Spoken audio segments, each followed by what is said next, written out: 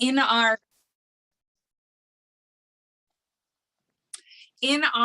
community, corn is of great importance. It's miniosh is the word, miniosh, and corn, wicha miniosh. I just said berry at the end there.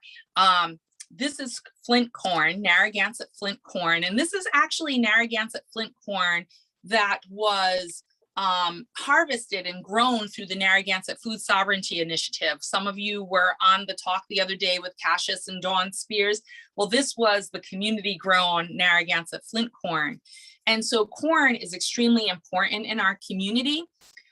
We have several ceremonies that are related to corn. There's the corn planting moon and the corn ceremony for planting that corn, building up those mounds and ensuring that we could create the three sisters of corn, bean, and squash.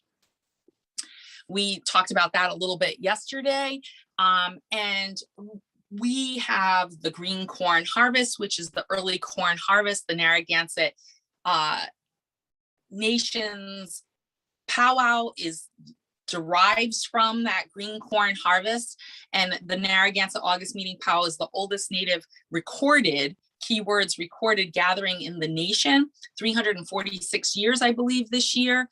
And so there are many varieties of flint corn. There's this heirloom or heritage seed Narragansett flint corn. Here's other kinds of flint corn. It comes in all shapes, sizes, and colors, and it's from across the Americas. People in our indigenous communities eat corn, but our corn is such an important part of our diet and our stories and our way of life. We have, of course, the overall fall harvest of corn, beans, squash, and other edibles. However, the corn came to us as a gift from Katantawit, the creator. And many, many, many moons ago, the Narragansett people went through a very difficult winter, such a difficult winter that even though they had harvested through the spring and dried fish and had fished during the summer and harvested wild edibles, berries, and greens and various crops throughout each season. They had put up, if you will, the foods that dried, the cranberries and the wild edibles that you could have and store for the winter. They smoked and dried their meat and made pemmican. And even though they had done all this work this particular winter, they had a tough winter. And the tough winter had lots of sochipo, or snow, and it kept snowing and snowing. So it was difficult to hunt the game. It was difficult to ice fish. And when the season started to turn towards spring, they got more snow, and the snow got higher and higher, and the people, they were praying to Katantawit for help, because they were starting to have a starving time in which they did not have enough to eat. And so they prayed and sang songs, and they continued those things.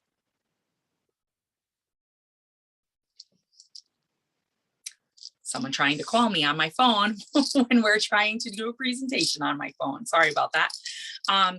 So during this time of starvation, they sang songs. We are, Yoyane, Yoyane. And they sang to the creator, asking for blessings, asking for the gifts that they needed to survive, asking and thanking the creator for all that was given to them. And so the creator came to the people and said, you need to give your most strong and brave warrior, and I will give you a gift. And that brave warrior they sent for was Kinep Musitash, and he who had quick feet, and his wife Mashisha, she made him Makasanash, and she gathered him the last bit of pemmican to take on his journey in a pouch, along with some walnuts and some other nuts that were dried.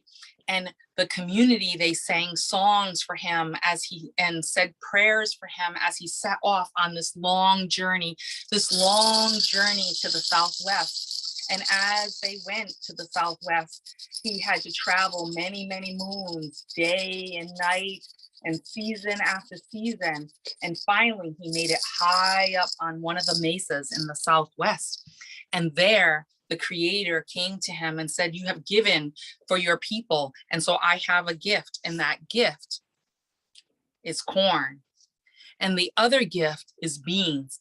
But Kinat Masitash said, "I am weak. I don't know if I can make that journey back." And Creator said, "You don't need to make that journey. You just did your job. You sacrificed for your people. So I'm going to give you the corn and the beans, and the crow is going to bring that to your people." And so the crow, Kokon, he flew from the Southwest to the east, and he arrived in the circle of the village, and he landed, and all the people gathered around, and they found out the gift from the Creator, thanks to the sacrifice of Kinat Masitash to give his life for their life and to ensure the people would have what they need. And so to this day, we have what we need thanks to the Creator and thanks to the gift of the corn. And this corn is flint corn. Most people don't realize that flint corn is hard. You can kind of hear it. It grows hard. When we hang it to dry, we're hanging it to dry the husk and the cob, not to dry the corn itself, because it's already dry. So that corn, can you help us look down at this mortar and pestle? So if you can see, I have this pestle and I have a mortar here. And the mortar, if you can go just a little farther down, there we go. You grind, this is cornmeal, and you grind that cornmeal by going back and forth and back and forth and back and forth. And this is a historic mortar and pestle in our collection that we actually use in our education programming, so that kids and kids at heart can try. This cornmeal was actually ground by children and families. You can see some of the kernels in here that are still in here that are whole, that they were doing, and they're grinding that corn. And it's really fun. So when you come to Tamaquag Museum another time, you'll be able to try this. You could also store your cornmeal in a pot like this, as well as cook your cornmeal and make what people often say as no keg or yo keg, depending on the dialect of Algonquian speakers. And you could put your cornmeal in there and make a parched cereal. So this cornmeal, today, you can get it from grist mills, like Kenyon Grist Mill here in Rhode Island, that a lot of people use. But there's also Carpenter's Grist Mill. My mother loves Harry Here Farm, where the cornmeal is much more coarse, like the cornmeal that I showed you on the mortar and pestle. She likes hers very old fashioned. But for people that have never had it before, I find that Kenyon's, because it's very refined, is a nice one for people to try. So for those of you that are going to try the recipe along with me, I'm going to talk about more things as we go, but what you need is, for a small group of people, about a cup of cornmeal and a cup of boiling hot water. So I'm going to put my pot back on, because it takes a moment to make sure it's really hot. I'm going to warm up my griddle to a pretty high heat. And so I'm going to put it up not as high as it can go, but about 350, depending on how it's cooking. I might tick it up a little or down a little. And the trick to journey cakes, which in our stories and how it came to us, is it's a meal that you can take in your pouch, and you can take it ready to eat. And so you it can go with you on a journey. So once we had this gift of corn, we were able to put our pemmican, the venison jerky, if you will, that might be pounded with cranberries or sunflower seeds, and they could be put in your pouch along with a couple of these dry cornmeal cakes. And it gives you a very well-balanced diet, and it's sustainable, because our people would have it all winter long in its dry form. And then when we were back in our summer village, we would have it again. So in here, I'm going to put about a cup to a cup and a half of Johnny cake meal. I'm kind of like my family. I tend not to actually use the measuring tape, but you can kind of see the dry cornmeal there. Can you tip that just a little so they can see inside the bowl? There you go. And I'm going to try to do this up in the air, which is going to be interesting because that's not where I normally do it, but I want you to be able to see. So I'm going to pour some water in. That water is about, for a cup of cornmeal, you're going to do about a cup of water. And I tend to do a cup of water and then I add it gently because it's really about a cup and a half per cup of cornmeal. But I don't like to go too fast with my water because then I might make it soupy and I don't want it to be soupy and then I would have to do it again. So cornmeal is lumpy, right? It's not supposed to be like pancake batter. It's supposed to be a little thicker and you got to really get in there. And I'm doing it like my grandmother would do in this big bowl, and you would mix and mix and mix. And on the griddle, you put, it's a very easy thing to cook, yet most people do it wrong. My grandmother, Eleanor Dove, won many awards for her amazing Johnny cakes. I feel like it needs just a tad bit more water.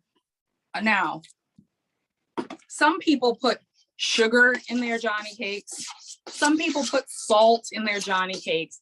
I do neither because I do it traditional, and traditional doesn't have either.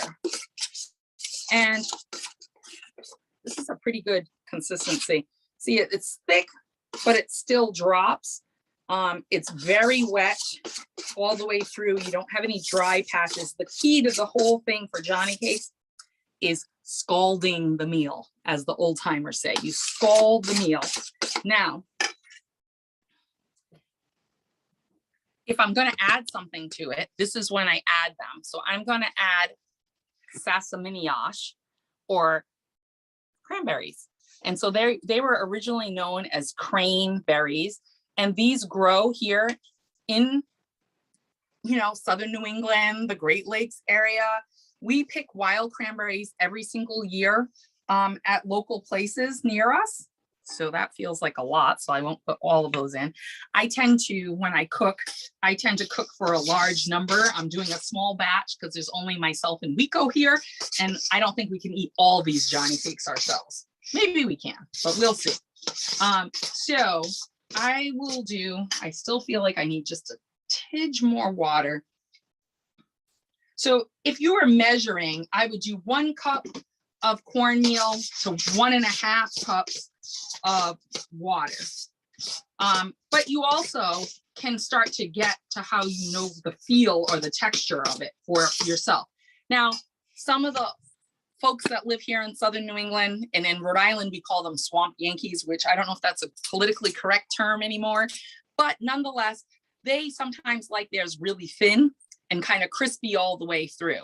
That is not the way that I was raised to eat them, and not the way I was raised to make them through my grandmother and my mother and my aunties and so forth. Johnny cakes should be about that thick, and the outside should get crisp and golden brown, but the inside should be soft. And that's where the scalding the meal comes in. So I'm going to make sure my oil. Now, people always ask me, what kind of oil do you use? In my household, whatever kind of oil I have. Historically, you might have used bear fat. You might have used whale blubber or fat. You might have used nut fats. So it doesn't matter. So when I'm plopping, I like to use 2 spoons. You take it, and then you use the other spoon to dab it down. And I'm going to basically plop them on right across my griddle. And then, let's see, I guess if I'm being neat, I'll do 8 of them on here. When I'm at home, I try to jam as many on as I can, but it doesn't necessarily look pretty. So we'll go with 8 and it will look nice. And Rico and I can have lunch. So I also, it's really important for you to know that you need to dab the spatula with oil. So I started to say, what kind of oil did you use? Any kind of oil. Today I'm using corn oil. You can use olive oil. You can use vegetable oil. You can use bacon fat. You can use any kind of oil that you want. Just know that olive oil sometimes can burn, so you don't always want to use the olive oil in this, you have to be careful of the temperature. So with Johnny cakes, the next most important thing is how long they cook. Minimally 3 minutes on one side, and then you flip, and then 3 minutes, 2 to 3 minutes on the other side. Some people try to make them like they're a pancake, and they kind of put them on for a minute, flip them over and take them off. Then the inside middle is undercooked, and then it can be gritty. And so if you want to have a nice creamy inside texture, it's really about the time that it cooks. So in here, I brought a bunch of things as we're having things cooked. Here's a basket that I made that we could be gathering the corn when we're harvesting it from our garden. We also have a beautiful gourd bowl. This gourd bowl was made by Steppenwolf, who is a Mohegan artist, and it's made out of a beautiful gourd. Things are from our garden. You could be storing your cranberries in here. You could be putting cornmeal in here. You could be doing a variety of things for foods and harvest. But when you're harvesting the corn, you might make these beautiful dolls for your children. These were actually made by my children when they were little. They're now 27, 25, and 21. And so I can use all of those things in different kinds of ways. So corn is something that we eat all year round. In the winter, we'd have our dried corn meal, and we would make the yolk egg, which is kind of like a corn cereal, if you will. It's basically eating this, when we make the mush, as my grandmother called it, when we eat the cornmeal mush, it's kind of eating that. If you think of cream of wheat or oatmeal or grits, it's kind of that kind of a texture, and you would eat that.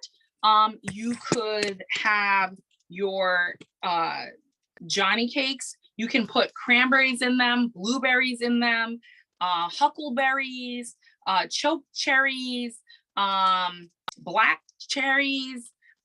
You can put nuts in them. Some people like them with nuts, like walnuts or hazelnuts, or any kind of nut, I guess. Any kind of nut that you'd like. You also can eat them as a breakfast food. So you can have it as breakfast with, your breakfast meats and your Johnny cakes and syrup. Today, I just ran to the store and grabbed some syrup, but I would encourage you, if you live in Southern New England, to go to Mashantucket. They have a sugar house where they make their own maple syrup, which we have gotten in the past, but I didn't have time to run there today. So you can have it as that, but you can also have it as a side dish. Instead of potatoes or rice or other starch, you can just have Johnny cakes. When my grandparents owned Dovecrest restaurant from 1960 to 1984, they would put 3 Johnny cakes on your plate as your starch. So you could have it like that. My favorite way, other than as a fruited cake like this with blueberries or cranberries, which are my 2 favorite berries in Johnny cakes. You also could have your Johnny cakes with something over top. So you could have it as a full dinner or a full meal. So you could have, if you think of like a venison stew or any kind of stew, like a thickened gravy, as opposed to a soup, a thickened gravy, anything that's a gravy texture. You can make a venison gravy, you can make an elk gravy, you can make a moose gravy, you can make a beef gravy and put it over top of your Journey cakes. Or you could do what I really love is codfish on Johnny cakes. My grandmother used to make cream codfish on Johnny cakes. Today I've learned how to make that using an alternate kind of milk, like an almond milk, because I don't do dairy. So that gives us an opportunity to have these. I'm just going to double check these bottoms here for a second. This is not the best way to check, but it's a new griddle for me today, so I wanted to make sure they're done. I'm going to give it another moment and see, because I like it just a smidge browner. And so you can cover them with any kind of gravy or creamed meat or fish. You could do it like with what people might call a seafood Newburg, which is kind of seafood in a kind of a creamy sauce, any of those kinds of things. Now, obviously the seafood itself is indigenous, the creamy part is not, but you actually can make some creaminess using water and like cornstarch and alternate milks and things like that. So I'm gonna flip one of these now and just see whether we're looking good. Oh, nope, I still think we need another minute. I want to make sure that the middle's not getting too. I'm being silly here. It's hard to do things up high so that you can see. I still think they need another moment. So one of my daughter's favorite stews or gravies is snapping turtle stew. I don't know if you've ever had it, but it's very delicious. It's kind of a texture like a beef or a red meat. This happens to be a snapping turtle bag that was made by a relative of mine. And my husband is actually the chef of the snapping turtle stew when we have it. It's a complicated process and he's very good at it. So we'll have lots of different kinds of soups and stews that you could have as a side dish for this, but you can actually use the cornmeal when you make the mush. You can plop it in your stew and let it cook like a dumpling as well. It's thicker than like a floured dumpling, but it's still very, very good. So I'm going to give this just about 30 more seconds and then I'm going to flip them all. Let's see. If you're like, you know, in Southern New England, particularly in Rhode Island, you can find, as I mentioned, there's several places. There's Carpenter's Farm, there's the Harry Here Farm, there's Kenyon Mill that you can get Johnny Cake meal from. The Narragansett Food Sovereignty Initiative is growing the corn. I know they have plans in the coming years to start producing it so that people can buy cornmeal from them. So these are all places, but there's other mills. I know there's some on Aquidneck Island. So there's some opportunities for cornmeal Johnny cakes. So you flip them all over. I see the last three are really the color texture I would like right here. These last four are super golden brown. And we'll give you a close-up of them in a moment. Well, maybe we can slide it forward and see what we can come up with for a close view. So you see, these are particularly the color I want. The first three I kept messing with, so I couldn't see how brown they were on this griddle. It's a new griddle, so I didn't know quite how long it would take to do that. So at home, I use the cast iron pan. Of course, doing it here, it's a little difficult. So cast iron griddles are really nice for that. And you have that opportunity to get a really good heat. But this kind of a pancake griddle, French toast griddle, any kind of breakfast food, you know, griddle does the job as well. It's just learning the temperature that works for your griddle. Now, you could have Johnny cakes with all different kinds of foods, and it's really, really delicious. So while they're cooking, I'm wondering if there's questions. I can't really see well on here, but maybe one of the hosts can let us know if there's a question or two. Folks, feel free to raise your hands if you have a question. Loren, we just have a few comments in the chat about, Onika said, wanted to share Johnny cakes. Were a big part of my Caribbean West Indian heritage. Our African ancestors used cassava to make Johnny cakes, and our indigenous ancestors in the Caribbean used plantain flour. My grandma and dad used cornmeal and wheat flour. And then we got a Oh, lot of that's so hungry folks in the chat. Yeah, well, hopefully they're making Johnny cakes alongside me.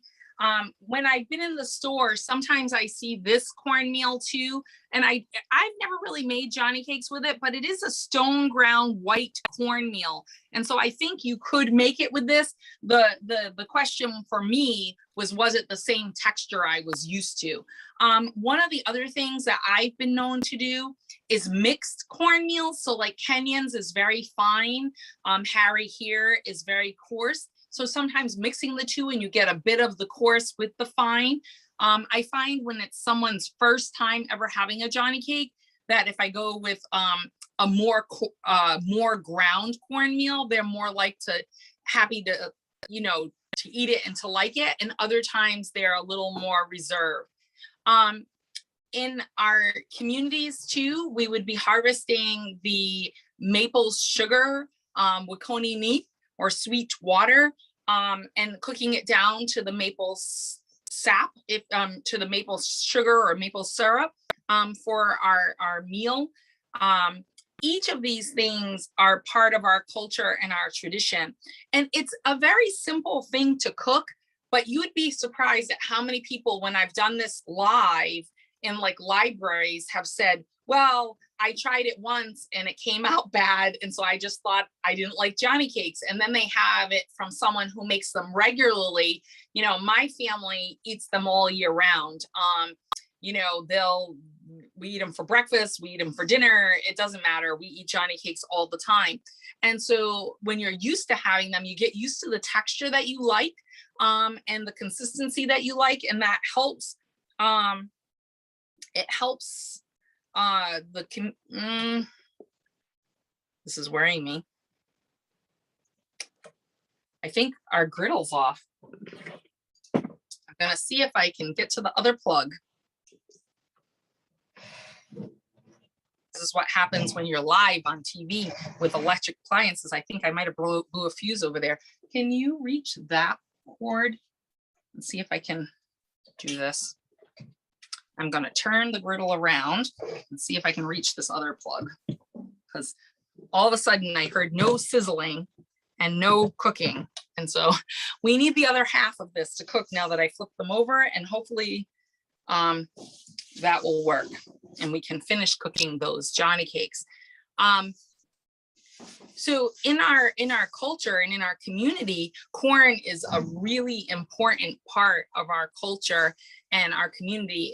It's about fertility of our people, because when the crow via the creator brings the corn and the beans to us, it gives us the food that gives us the sustenance for those long winter months, when maybe all your dried things like your squashes and your berries and other things may have perished over time. The things that, may make it to a certain point, but not make it all the whole season.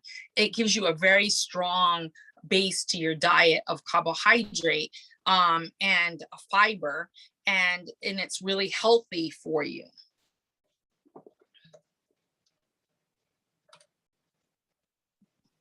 I think we have someone in.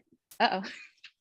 I think we might have blown a fuse. Oh, no. We shall see. We have Lisa in the chat who said they made it along with you and they are delicious.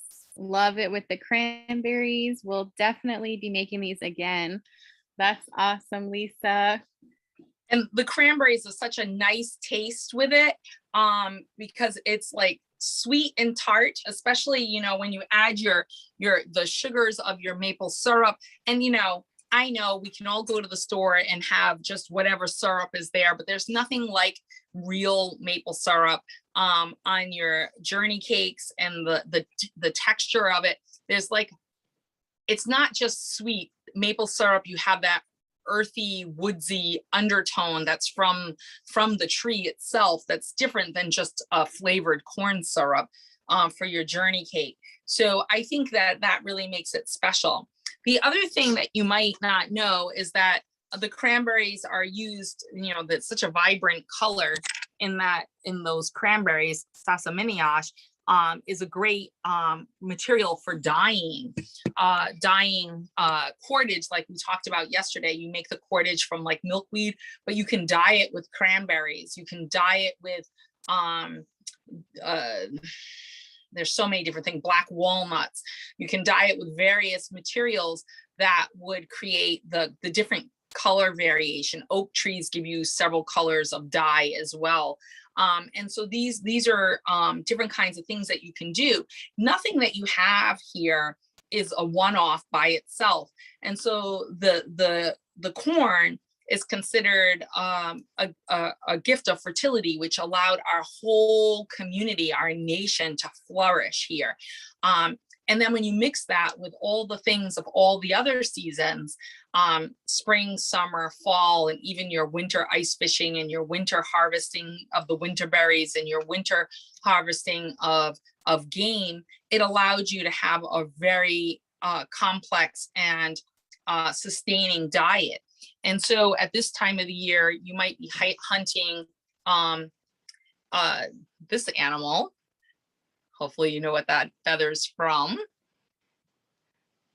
If you weren't sure, it's from a turkey. So turkey feathers, and the turkey feathers are actually part of a headpiece barrette or hairpiece for myself and one of my kids. And you can utilize that to go with your journey cakes. You could have a turkey gravy, if you will, or a stew that goes on top or beside. Those are all really good things. You can have so many different materials. You can make the ladles or the spoons out of a burl or a knot in a tree. You can use poplar to make a burl bowl or a burl ladle. All of these things are extraordinarily good for your foods and for your diets. One thing I love is when you do it old fashioned, if you're grinding with your mortar and your pestle, you're actually getting a lot of physical exercise. And, you know, our community, you know, our ancestors would do it two-handed and really get in there and work that corn. And that corn, you know, this is flint corn in here that's being worked by our kids in our community. And these are, you know, I mean, that's all it takes is work. You just have to grind and do until you have that corn, the consistency that you want, and you can make your own corn. You know, we could continue to pick these kernels off of here and grind that corn. So there's really a lot of delicious things. I'm gonna see how this is, I can put a couple of them over here. My griddle decided to kaput out. I think we blew a fuse, but you get the gist. You can have your Johnny cakes on there or your journey cake, and you can add your syrup, and you can mitash. Let's eat mitash. So I'm wondering if there's more questions about Johnny cakes or food harvesting or food creating in general, because there's so many things that we can do. There's corn soups that we can make, where you use the flint corn and you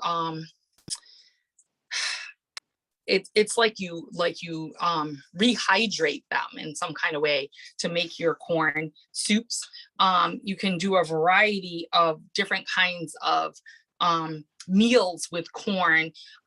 In my family, we dredge. So like if you're making a fish and you want a batter, if you will, we dredge ours in cornmeal rather than in wheat flour.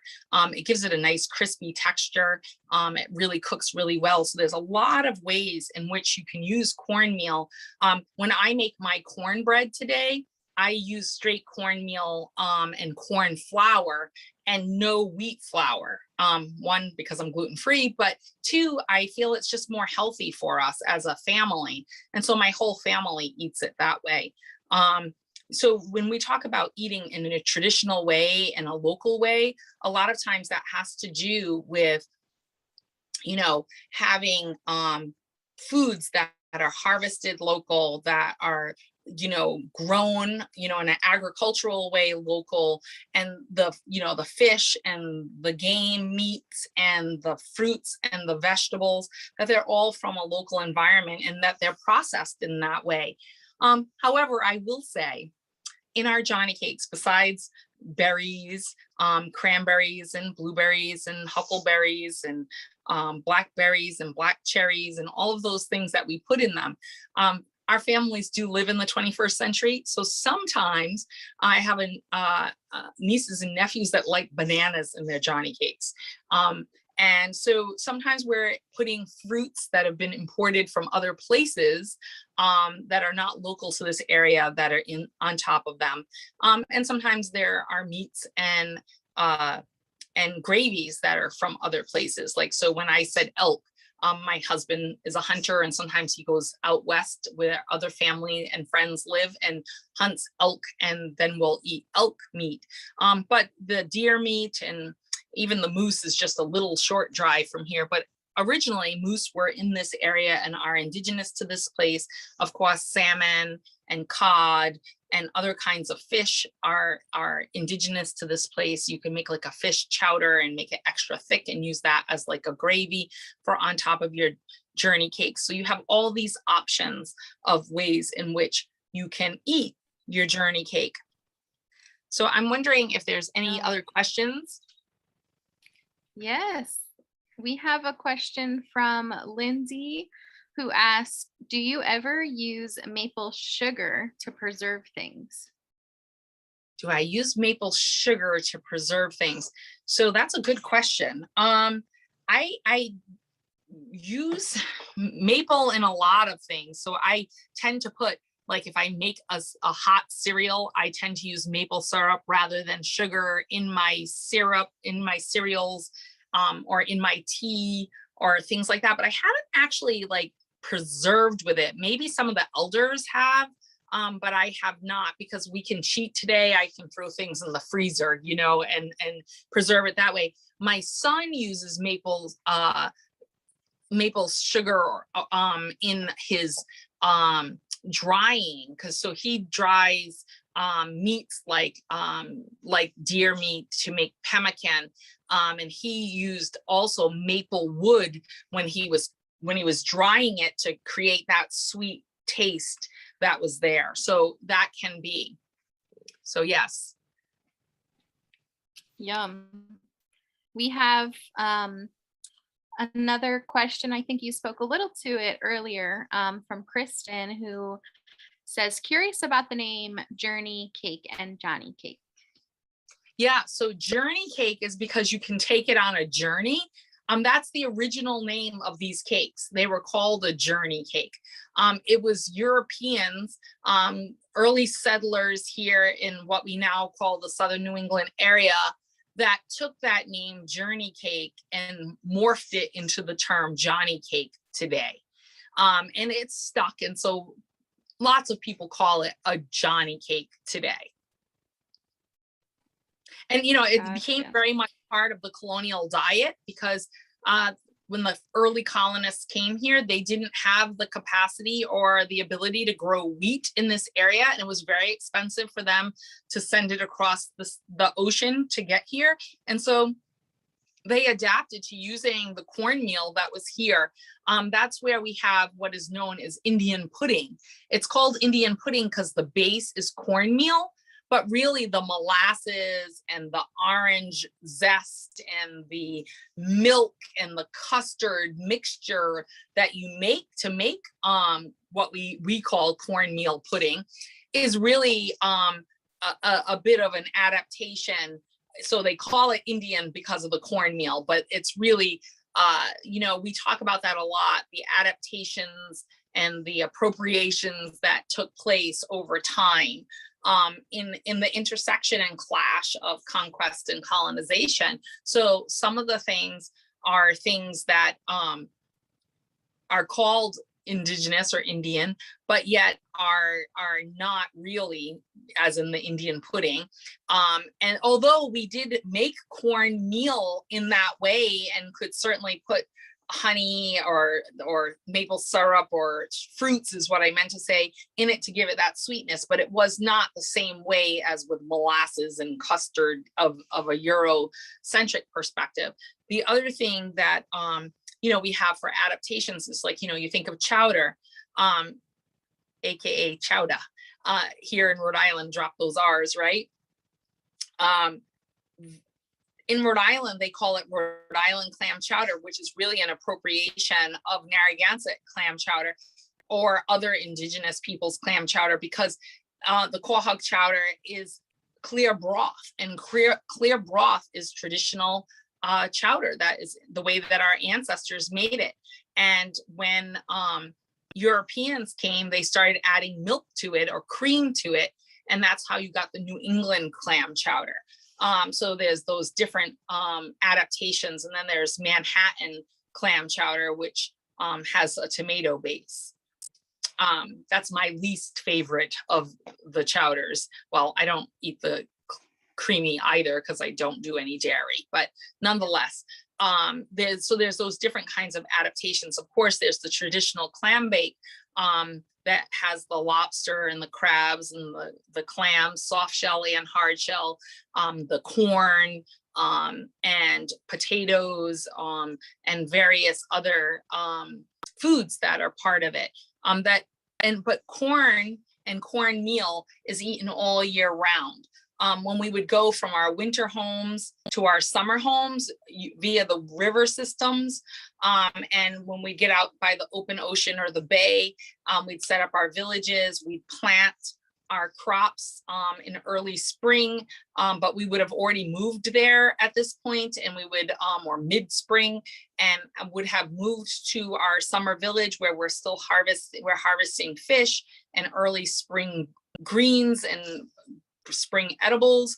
And but we still have this cornmeal in which we can eat to support our diet, to support that transition when all the crops are not in the ground yet, and all the things that come from nature that are in the forest aren't necessarily ready to harvest either. And so when we plant the corn, let's say early May, right? That first harvest is in early August. And then you have the late harvest at the end of September-ish, depending on the weather. And so you have those harvests, but you have to feed your people from the time you move to your summer village till those other crops come in. We have the green bean Thanksgiving is one of the first harvests of our garden because it happens in early summer. And at the same time you're harvesting the agricultural crops, you're also gathering the things from the forest and the fields, as well as the salt ponds and the ocean. So the fish and the water plants and the various field greens and berries and the like. And all of those things are being harvested along with while you're growing and tending and utilizing last year's stores of corn. We would store the cornmeal in what is known as a cache. It's where you dig out the ground and you make and you line it with the mats, and you would put bags and sacks, if you will, of cornmeal down there, and they would be kept there. So when you went back to your winter village after you harvested your corn, you braid those husks together and you take some of them with you and hang them in your home, and your larder is now full, ready for you to grind the corn as needed. But if it was a tough winter, now all you have to do is send runners to your summer village to access your stores of corn and beans and other things that are dry like that, but particularly your corn. I mean, here in Rhode Island, when they did the Site 110 down in Narragansett, what is known as the Salt Pond site, there's about a a short film, maybe 40 minutes or so, called Woven in Time, that speaks to that archaeological site. But it also speaks to how archaeologists had it wrong. And in the earlier days, they kept saying we didn't eat corn because they hadn't proved it yet. That site proved that we not only ate corn, but we stored corn, and that we were here for more than 20,000 years. So these are the kinds of things that scientists, sometimes take longer than they should to figure out. But what we know through our oral history and our oral tradition is that we've always been here, and that our oral tradition is valued and valuable in the understanding of our people and of this land and of our community. And corn was an important gift to us by the Creator, and the corn meal helped to sustain us and thereby give us this gift of fertility for our people, so that we could become one of the largest nations in this region, and to have the sustainability for thousands upon thousands of years and care for our families and communities. Are there any other questions?